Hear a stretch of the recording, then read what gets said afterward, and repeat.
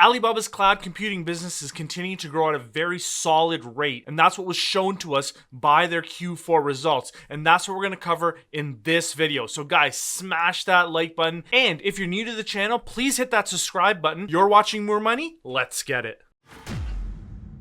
What's up guys, and welcome back to the channel where the goal here is to help at least 1,000 people achieve financial independence much sooner. And guys, in part 1 of this 4-part series, we talked about China commerce and their international business. And of course, those two segments are the two of the most important segments for Alibaba. However, one segment that everybody is interested in because they do believe that it's the future of Alibaba is their cloud computing segment. And so that's what we're going to dive into in this video. So from here, you can see just as an overview, in addition to the cloud computing segment, I do want to talk a little bit about their local consumer services, which is where their Le.me platform falls. That's very similar to Uber here in North America.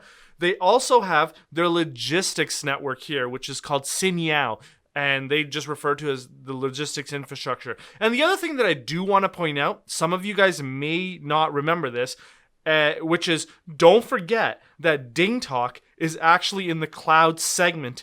And as you'll see later, it's actually bringing down the profitability of the cloud segment. So in other words, due to the nature of this consolidation, cloud computing is more profitable than we think. Now, moving to the full fiscal year information by segments, you can see that starting from the left, their local consumer services business, i.e. the Uber Eats type business, revenue is actually up 23% year over year. However, notice how their adjusted EBITDA margin declined. And the reason why that EBITDA margin declined, at least partially, is because you guys remember the CCP mandated that the fees for these delivery platforms be reduced so that it encouraged more spending and orders. And so I'm thinking that that had a big impact on this segment. We'll see how this plays out in the future. Overall, we are seeing top-line revenue growth here, but I do want to see how this segment is impacted over the next couple of quarters, especially as hopefully China emerges from their zero-COVID policy. Do you sort of have an explosion in this business? I'm not sure. We'll see what happens. Now, of course, you can see that Xinjiao is up 24%.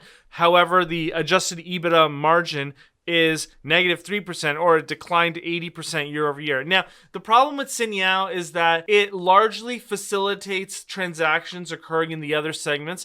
I'm almost okay with Alibaba just completely scrapping this segment and just putting portions of it to the individual segments that it supports. It largely supports China commerce. And finally, moving into cloud, you can see cloud computing's revenue grew by 23% year over year, and its adjusted EBITDA margin is 2%. And I noted that this is cloud's first full year of profitability, but like I said, cloud computing is probably more profitable than we think, and the problem is that they've consolidated DingTalk into here. And so in this next slide, what I really wanted to show you, I've highlighted it down here, is you see cloud's revenue is growing. It grew 23%, but the reason why I wanted to show you this is notice right beside that 23%, there's a 9%. And what that is Alibaba's percentage of revenue. Notice how cloud has grown from 8% to 9%. And so effectively what this is illustrating, cloud is becoming a larger and larger portion of Alibaba's business. Of course, total China commerce is still 69% of the business. However,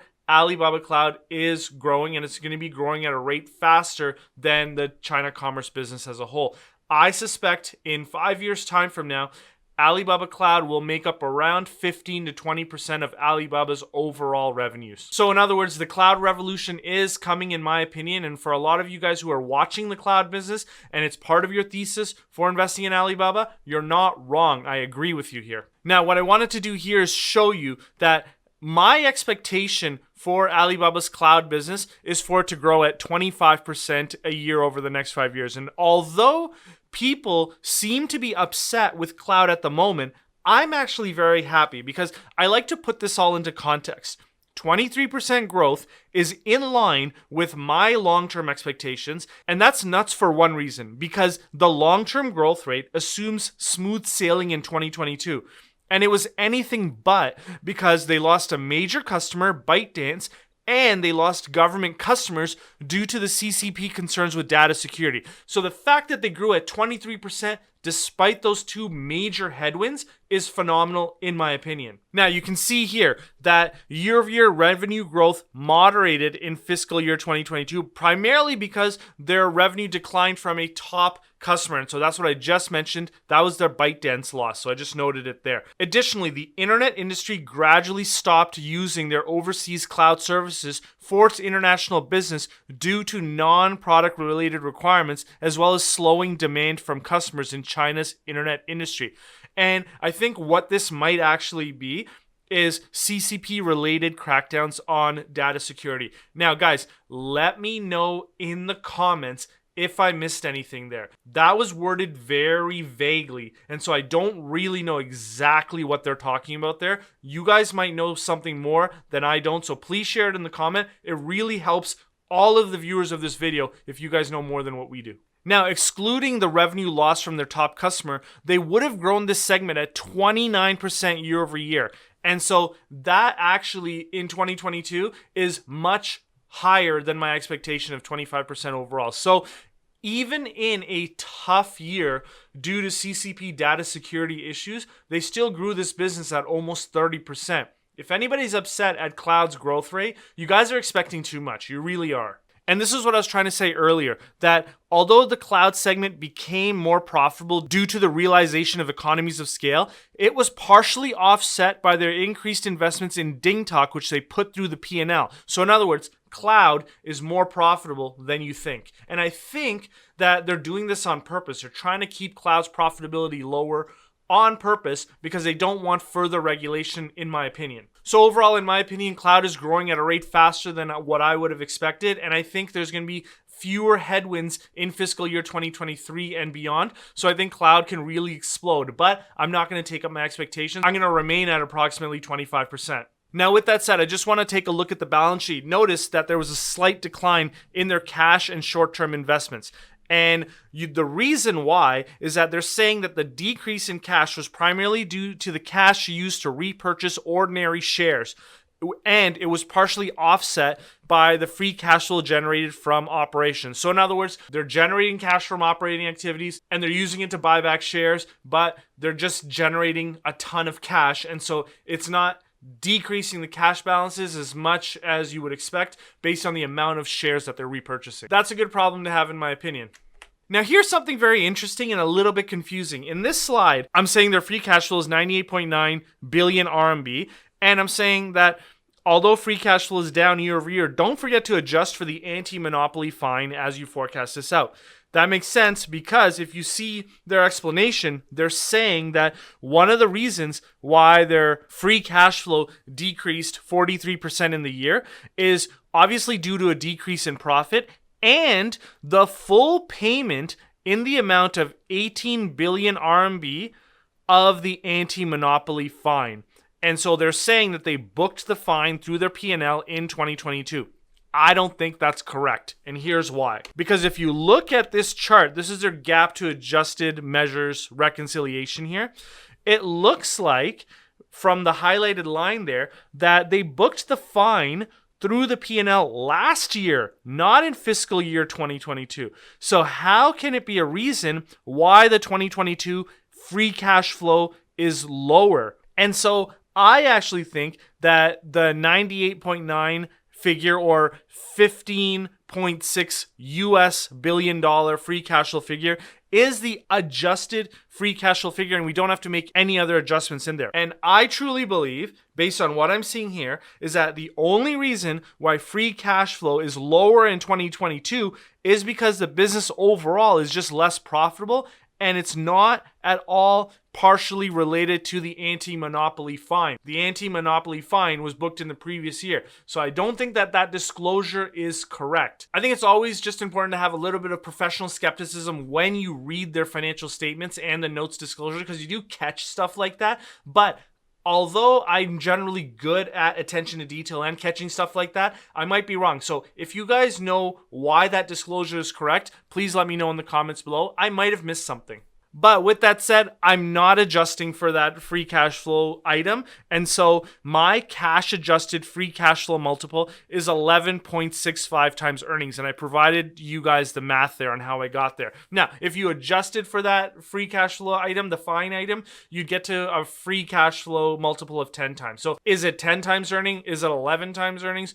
Doesn't really matter. The conclusion is that Alibaba is very, very cheap right now. Now, the one thing that I would adjust for there is stock-based compensation. I didn't do it here. Guys, adjust for the stock-based compensation and let me know what the free cash flow per share multiple is in the comments below. Now, before we go into the valuation and sort of analysis of whether or not I believe this company is cheap or not, the one thing I do want to point out is that in part 3 of this Alibaba Q4 results analysis, I will be reviewing the options chain analysis. I'm personally looking to double down, but I do want to double down on a cost basis that's substantially lower than my current cost basis. And so I'm going to be looking at sort of the cash secured puts there, and I feel as though you guys are very interested in learning about that kind of stuff. And then in video number 4, you guys know that I'm going to be building a brand new Alibaba model, new and improved, when they provide their additional disclosures, which they will once they release their annual report. So that is coming. Now, let's move on to the valuation. You can see here that note that I will be revamping the model once the annual report is released, but I don't expect the valuation to change materially, which will likely fall in the $250 to $300 range. And so, in other words, what I'm saying is at $93 per share, there is continued strong upside for this name. But like I always say, Alibaba is not the only name in the game, and I do encourage you guys to diversify. And so you can see here from the model tracker that the Patreons get access to at that $5 per month level, you can see that of the companies that I'm following, there are 6 names of strong companies in the tracker that are trading for under 50% of their intrinsic value. The tracker also auto updates with market movements to show in near real-time opportunities that open up, such as Alphabet currently trading near 50% of its intrinsic value. And in fact, it was actually trading lower earlier in the week. Additionally, there's 20 names of strong companies in the tracker that are nearing 50% of their intrinsic value. And if the market continues to decline, which I do believe it will, and I gave reasons on our monthly call to the Patreons as to why it's going to happen, you're going to see those names start trading under 50% of their intrinsic value. And then finally, every single tracker contains a link that takes you into a full detailed model for that security. So for example, you can see Meta Platforms. I've highlighted the ticker. Well, if you click into that ticker, it takes you into this full broken out model in granular detail.